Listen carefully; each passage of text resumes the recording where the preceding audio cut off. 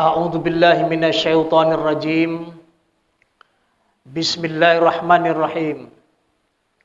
Alhamdulillahilladzi khalaqas samawati wal ard. Man shala afdalu wan nahar wal hajja wa'tamar. Ashhadu an la ilaha illallah wahdahu la syarikalah. Wa ashhadu anna sayyidana wa nabiyyana Muhammadan abduhu wa rasuluhu la nabiyya ba'da. Allahumma shalli ala sayyidina wa maulana Muhammad wa ala ali wa ashabihi ajma'in. Faqala Allah ta'ala fi kitabihil karim, a'udzu billahi minasyaitonir rajim. Bismillahirrahmanirrahim. Inna a'tainakal kausar fasholli li rabbika wanhar inna syani'aka huwal abtar. Sadaqallahul azim wa sadaqa rasulun nabiyul habibul karim wa nahnu ala dzalika minasyahidina wa syakirin walhamdulillahi rabbil alamin. Rabbi shrah li sadri wa yassir li amri wahlul 'uqdatam min lisani yafqahu qawli, amma ba'du. Ayuhal hadirin rahimakumullah, ittaqullaha haqqa tuqatih wa la tamutunna illa wa antum muslimun. Saudara-saudaraku hadirin jamaah Jumat yang dimuliakan Allah Subhanahu wa taala. Melalui kesempatan mimbar khutbah Jumat kita pada hari tasyrik yang mulia ini. Hari tasyrik pada tanggal 11 Zulhijjah tahun 1414 Hijriah. Khatib mengingatkan kepada kita semua, mari sama-sama kita memuji atas nikmat yang diberikan Allah kepada kita. Bersyukur atas nikmat yang diberikan, dianugerahkan kepada kita. Seraya meningkatkan takwa dan keimanan kita kepadanya dengan sebenar-benar takwa. Mengerjakan apa yang diperintahkannya, terutama di hari yang mulia ini. Meninggalkan apa yang dilarangnya. Dan berselawat kita kepada Rasulullah, Nabi besar Muhammad sallallahu alaihi wasallam. Sembari tidak bosan-bosan kita melafazkan kepadanya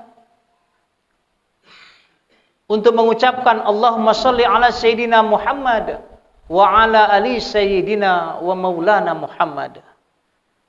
Semoga kita semua tetap dijadikannya sebagai umat pilihannya yang akan beroleh syafaat di hari kemudian. Amin ya rabbal alamin. Saudaraku jamaah Jumat yang dimuliakan Allah Subhanahu wa taala. Saat ini kita sudah berada pada hari tasyrik. Kemarin kita sudah menunaikan suatu ibadah yang mulia. Ibadah yang mengikut syariat Nabi Ibrahim dan putranya Ismail alaihissalam. Tentu syariat itu juga sudah disyariatkan pula kepada Nabi besar Muhammad sallallahu alaihi wasallam, dan kemudian kita sebagai pengikutnya untuk tunduk dan patuh mengerjakan apa yang menjadi syariat itu. Saudaraku, pada hakikatnya ibadah kurban itu ada mengandung nilai-nilai yang sangat mulia. Terutama di hari tasyrik ini. Jauh-jauh Rasulullah sallallahu alaihi wasallam telah mengingatkan kepada kita bahwa salah satu ibadah yang mesti kita lakukan di hari tasyrik ini setelah hari nahar atau hari berkurban adalah yang pertama kita diharamkan untuk berpuasa. Kenapa demikian? Karena tasyrik itu sendiri mengandung makna untuk menikmati daging-daging kurban itu.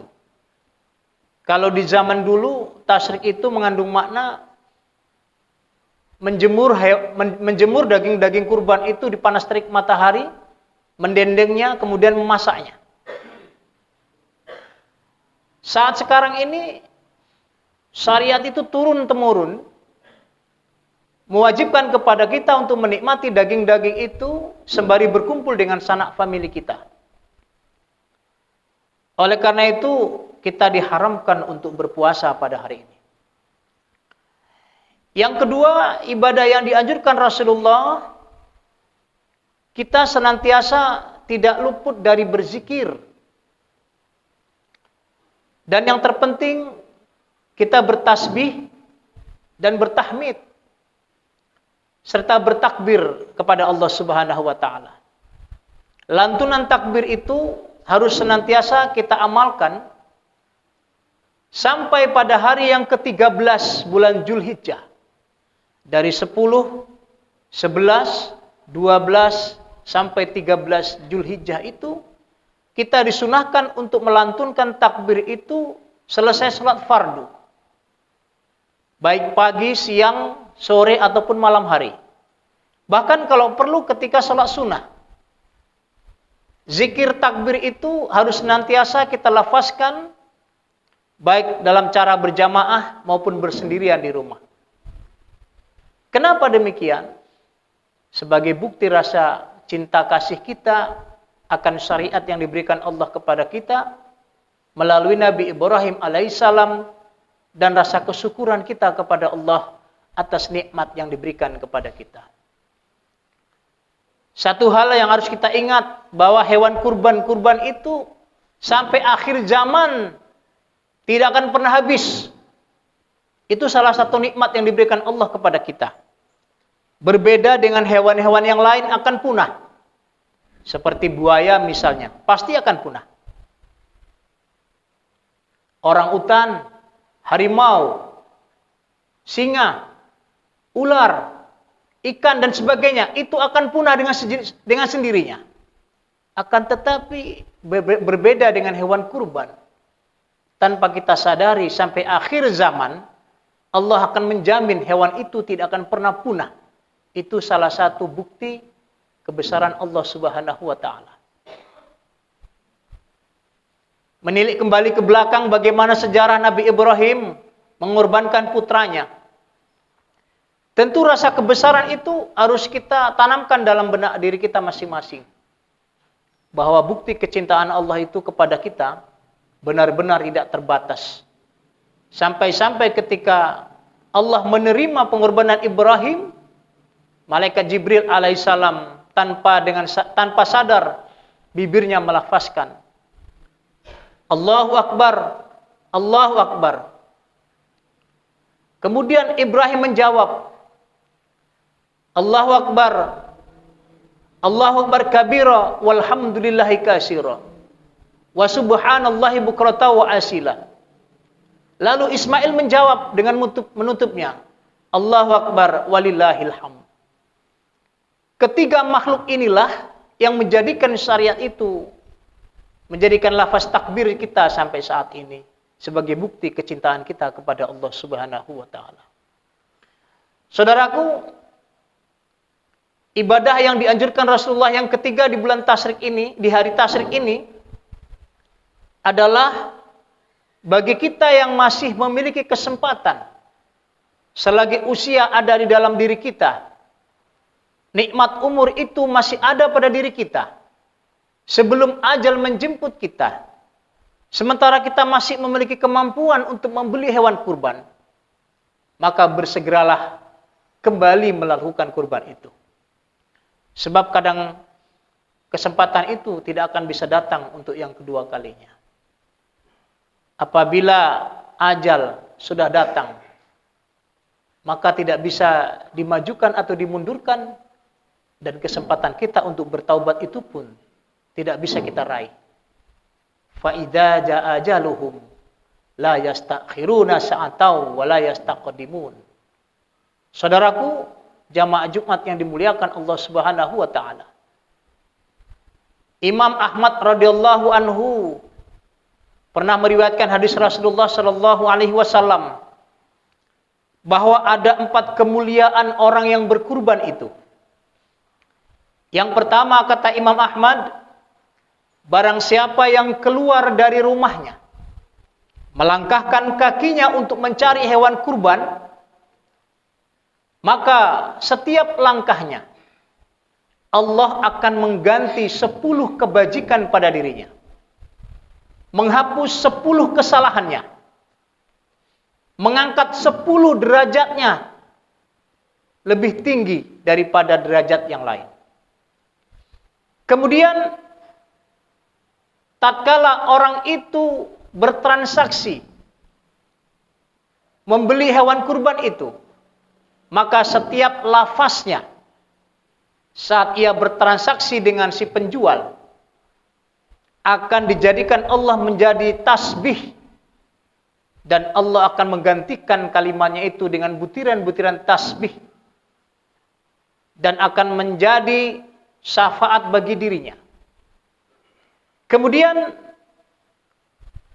setiap rupiah, setiap dirham atau rupiah yang dibayarkan dengan nilai hewan kurban itu, maka Allah akan menggantinya dengan 70 kebajikan.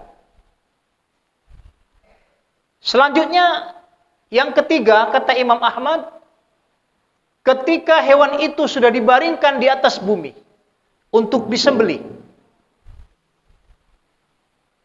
maka kala itu semua makhluk yang ada di atas bumi sampai ke 7 lapis bumi, makhluk itu semuanya akan mendoakan orang yang berkurban itu agar diampuni dosanya.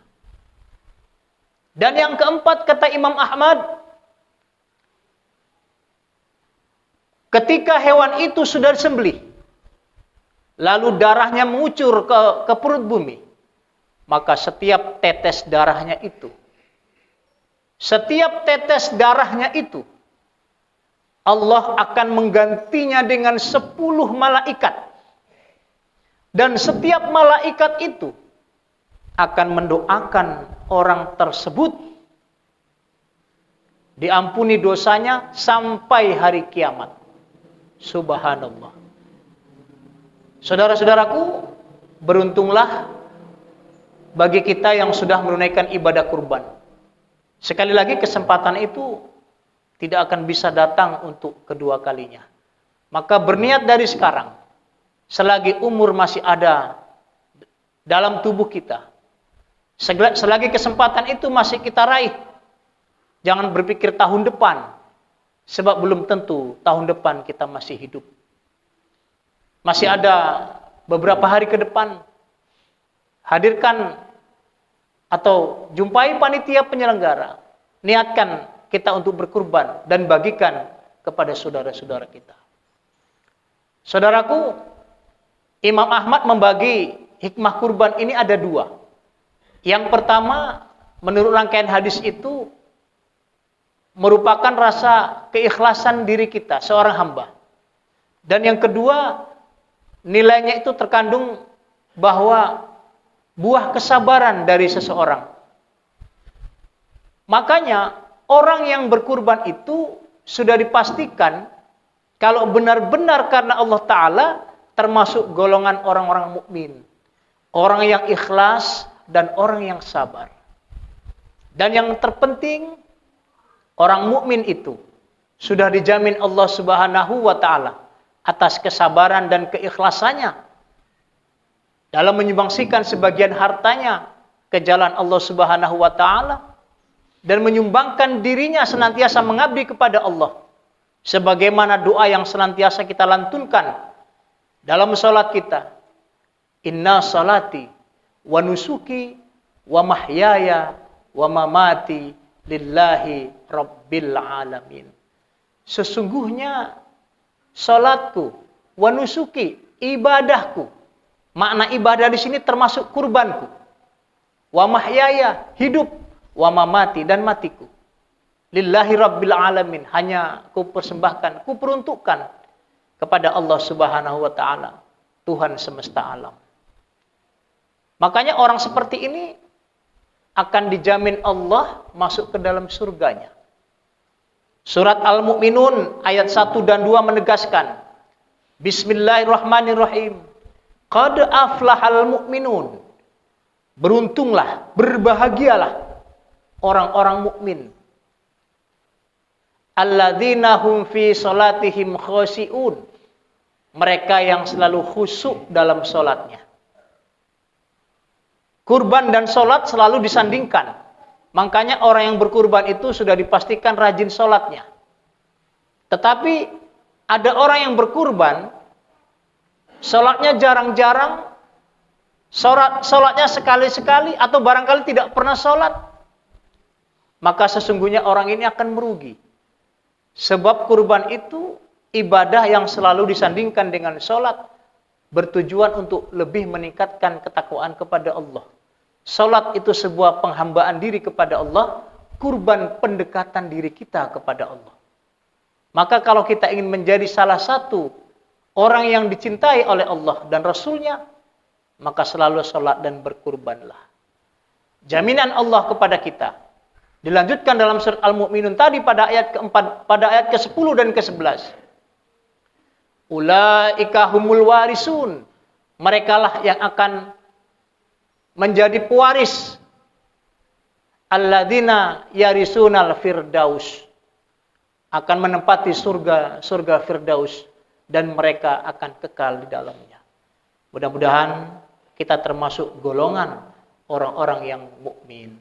Amin ya rabbal alamin. Barakallahu li wa lakum fil Qur'anil Karim wa nafa'ni wa iyyakum bil ayati wa zikril hakim. Aqulu qauli hadza wa astaghfirullahal adzim li wa lakum wa lisairil muslimina wal muslimat fastaghfiruhu innahu huwal ghafurur rahim. Alhamdulillahilladzi an'amana 'alaina bi ni'mati imani wal islam. Ashhadu an la ilaha illallah wahdahu la syarikalah wa ashhadu anna sayyidana wa nabiyyana Muhammadan abduhu wa rasuluhu la nabiyya ba'dahu. Qala Allah ta'ala fi kitabihil karim, a'udzu billahi minasyaitonir rajim. Bismillahirrahmanirrahim. Innallaha wa malaikatahu yusholluna 'alan nabi. Ya ayyuhalladzina amanu shallu 'alaihi wa sallimu taslima. Allahumma shalli 'ala sayyidina Muhammad wa 'ala ali sayyidina Muhammad. Kama shallaita 'ala sayyidina Ibrahim wa 'ala ali sayyidina Ibrahim.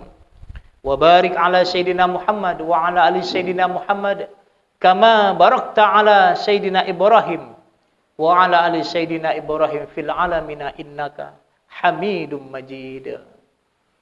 Allahumma fidil mu'minina wal mu'minat wal muslimina wal muslimat al ahya'i minhum wal amwat innaka sami'un qaribun mujibu da'wat wa yanqadiyal hajat. Rabbana ighfir lana wa li ikhwanina alladhina sabaquna bil iman wa la taj'al fi qulubina ghillan lil ladzina amanu rabbana innaka ra'ufur rahim.